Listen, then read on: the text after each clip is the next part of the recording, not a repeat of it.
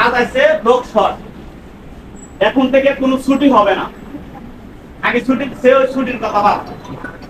আগে ছুটি চালিয়ে ছুটি দিচ্ছে 5 দিন 7 দিন 10 দিন 15 দিন করে ছুটি দিচ্ছে, এখন কোনো ছুটি হবে না।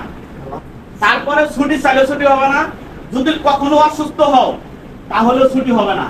যদি তোমার বোনের ভাইয়ের বিয়ে থাকে তাও ছুটি হবে না।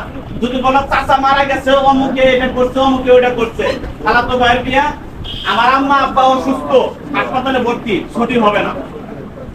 কোম্পানির কথা, কোনো ছুটি হবে না।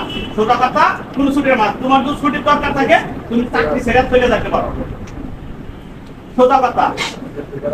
আর যদি গুরুত্ব মনে হয় কোনো তুমি নিজে অসুস্থ হও, ওইটাও অসুস্থ কোম্পানিকে দেখাতে হবে। কারণ আমাদের বড় ম্যাডাম আছে, স্যার আছে, তাদেরকে দেখাতে হবে যে আমি অনেক অসুস্থ, সেই সময় এসে ছুটি না যেতে হবে, তাছাড়া কোনো ছুটি হবে না।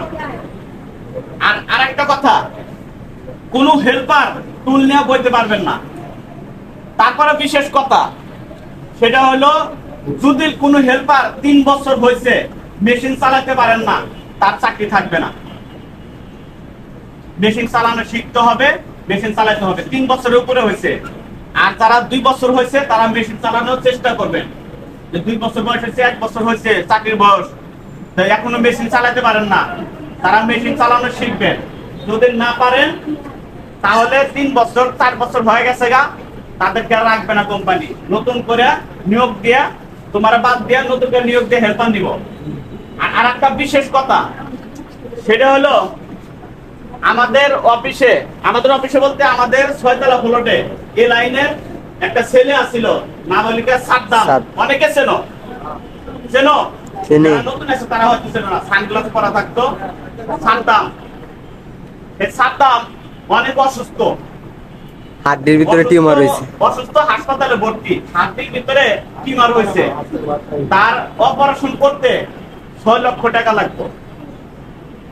আমরা তো সবাই গরিব মানুষ, তাই না? চাকরি করতে আসছি আমরা, এত টাকা আমাদের পক্ষে সম্ভব না জোগানো।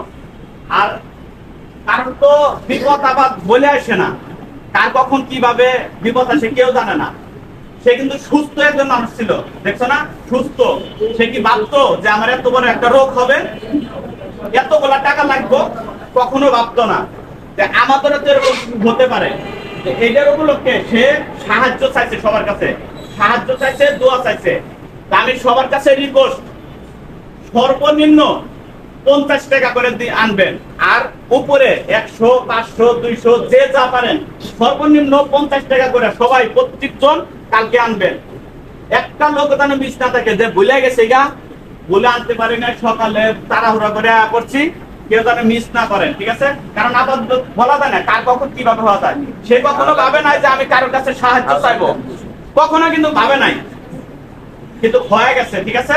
কার কখন কোন রোগ হয়, কোন হয়, সমস্যা হয়, কেউ বলতে পারে না, ঠিক আছে? তোমারও হতে পারে, আমারও হতে পারে, ঠিক আছে?